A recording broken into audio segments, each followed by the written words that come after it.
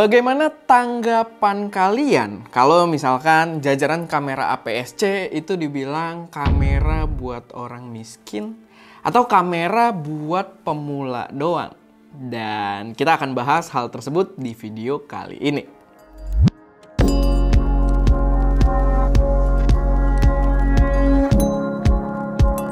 Halo semuanya, selamat datang di channel SM Media dengan gue Erwin. Dan sesuai dengan yang gue jelasin di opening tadi, judul dan juga thumbnailnya, kita di sini pengen membahas tentang sebuah stigma goblok tentang kamera APS-C. Dan sebenarnya di video ini gue cuma pengen ngobrolin sedikit aja tentang stigma tersebut. Karena waktu itu gue bikin video tentang nyesel beli Sony A7 IV karena kehadiran Sony FX30. Dan gue ada singgung-singgung dikit tentang sensor APS-C dan full frame.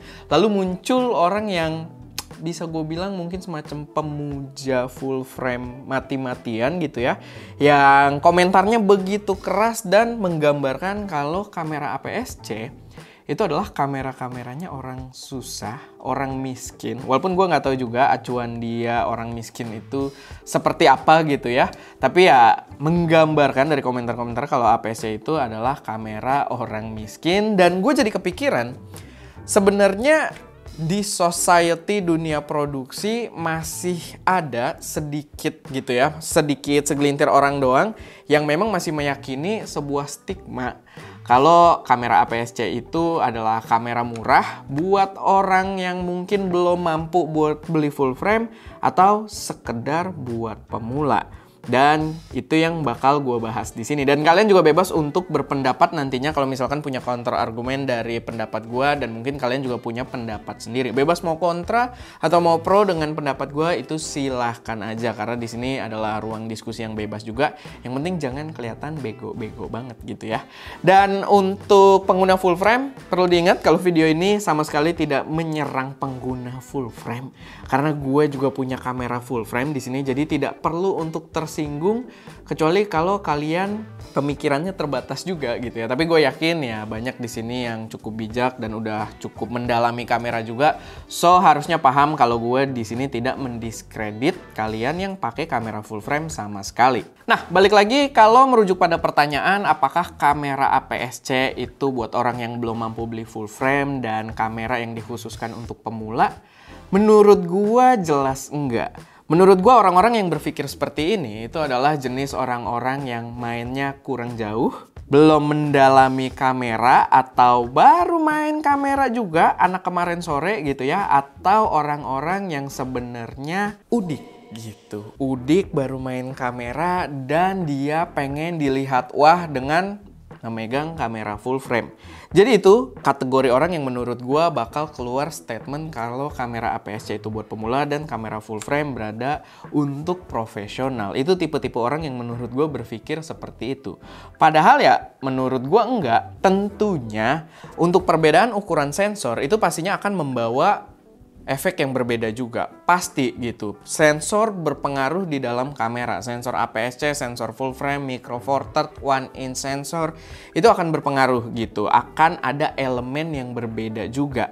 Tapi pemilihan kamera itu nggak sebatas nyampe di situ aja. Itu adalah satu elemen doang, ukuran sensor. Tapi pemilihan kamera jauh lebih rumit lagi.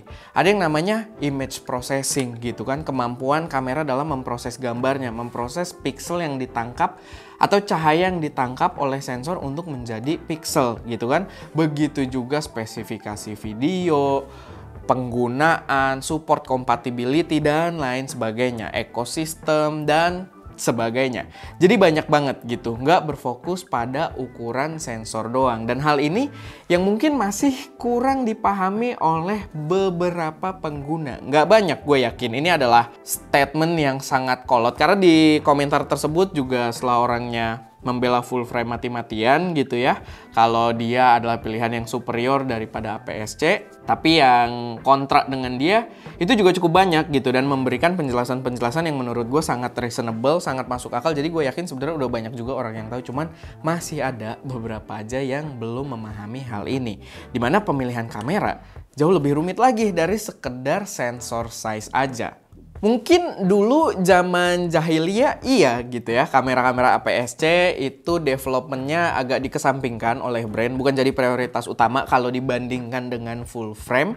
Tapi dengan munculnya kamera-kamera APS-C belakangan ini, beberapa tahun belakangan ini, menurut gue tidak menggambarkan hal tersebut lagi gitu. Keluarnya kamera-kamera APS-C dengan kemampuan produksi profesional, entah untuk fotografi dan videografi, itu jelas melambangkan kalau kamera APS-C udah nggak dipandang sebelah mata lagi. Apalagi di tahun ini yang memang beberapa brand mengeluarkan kamera APS-C dengan gebrakan yang luar biasa. Memang buat gua, kamera APS-C itu memang jadi pilihan yang lebih affordable. Memang lebih affordable, lebih murah in general dibandingkan kamera full frame dengan spesifikasi yang sama.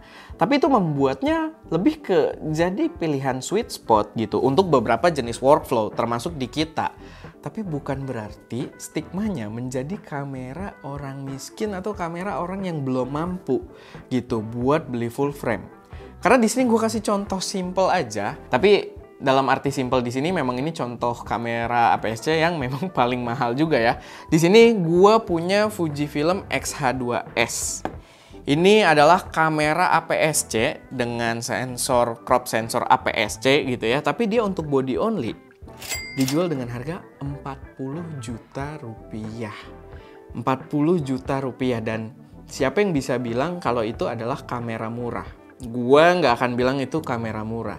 Gue yakin nggak ada orang juga gitu ya, kecuali mungkin hartanya udah MM-an kali ya, atau orang yang menyepelekan sebuah value. Menurut gue 40 juta untuk sebuah kamera itu nggak murah gitu. Dan ini adalah kamera APS-C dengan harga 40 juta rupiah body only. Tapi kadang konsep orang juga gini, 40 juta body only APS-C, big no lah. Padahal nggak sesimpel itu juga, karena 40 juta di body only kamera ini yang ditawarkan juga otomatis luar biasa. Kalau kita berbicara soal spesifikasi, Fujifilm X-H2S ini dia udah stack sensor. Di jajaran APS-C sih dia satu-satunya kamera yang udah stack sensor saat ini. Dia udah stack sensor, bisa ngerekam video 6K open gate, 4K slow-mo, 4K 120p, bisa membawa format video dengan kodek ProRes, dan electronic shutternya kecepatan tinggi gitu. Kalau kalian ngerekam atau ngambil foto burst yang kecepatan tinggi kayak foto sport atau mungkin di wildlife dan lain sebagainya, dia membawa spesifikasi yang luar biasa. Kalau kita berbicara soal video, lebih banyak lagi yang bisa dijabarkan. Kalau kalian kepo bisa cek review dia, karena kita udah ada reviewnya juga. Cuman intinya itu, dia membawa spesifikasi yang luar biasa di harga 40 juta. Kalau pilihannya adalah kamera full frame dengan spesifikasi yang dia bawakan, kalian paling nggak harus start itu minimal di Nikon Z9 yang harganya 90 juta. Dengan spesifikasi yang identik gitu, stack sensor, lalu bisa bawa video resolusi tinggi, slow-mo 4K, itu minimal di Z9. Atau kalian juga bisa pilih kalau di Sony itu full frame-nya ada Sony A1. Lalu kalau di Canon itu R3 dengan harga 104 juta rupiah. Tadi gue udah sebutin dua, kalau kalau Sony A1 itu 93 juta rupiah. Jadi 90 juta, 93 juta, dan 104 juta rupiah. Dengan spesifikasi yang identik. Cuman perbedaannya, karena di sini menggunakan sensor yang lebih kecil gitu kan, dia bisa membawa spek-spek tersebut dengan harga yang lebih affordable.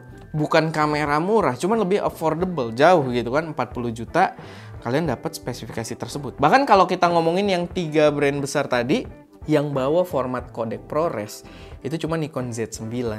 Setahu gue A1, walaupun A1 gue belum nyobain ya, tapi setahu gue A1 itu nggak bisa bawa ProRes internal, begitu juga Canon EOS R3 belum bisa. Jadi bahkan menarik gitu di sini dengan harga 40 juta rupiah.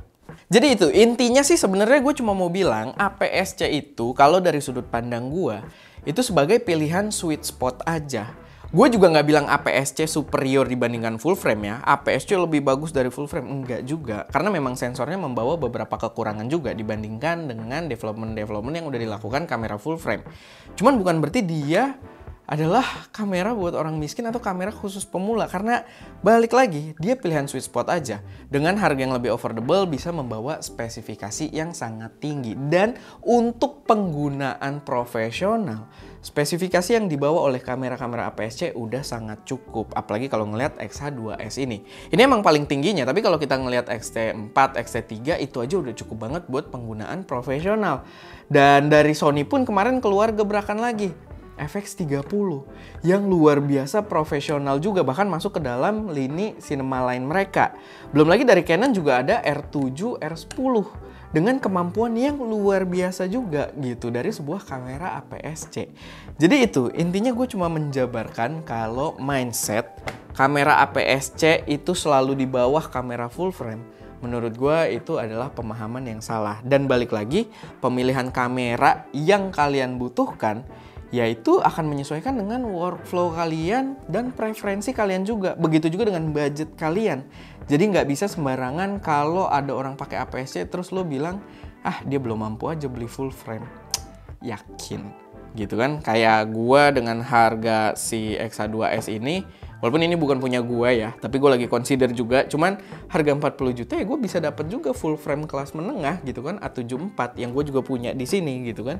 Jadi itu mindsetnya perlu diluruskan aja. Dan menurut gue statement seperti itu, pemikiran out of date seperti itu ya, yang berpikir kalau kamera APS-C itu lebih rendah kastanya dibandingkan kamera full frame, menurut gue harus disudahi gitu ya. Dan ya, itu aja sih sedikit dari gua. Bagaimana pendapat kalian soal hal ini? Silahkan taruh juga semuanya di kolom komentar. Karena gue cukup excited buat denger pendapat kalian juga. Karena biasanya pendapat dari audiens itu juga banyak membuka mata gua dari perspektif-perspektif yang mungkin gua belum bahas atau yang bahkan gua belum tahu sama sekali gitu. Jadi boleh silahkan taruh aja semuanya di kolom komentar. Dan kalau misalkan ada koreksi, saran atau pertanyaan, ya taruh juga di kolom komentar. Oke. Itu aja, gue Erwin, di belakang kamera ada Ska, dan jangan lupa untuk berkarya.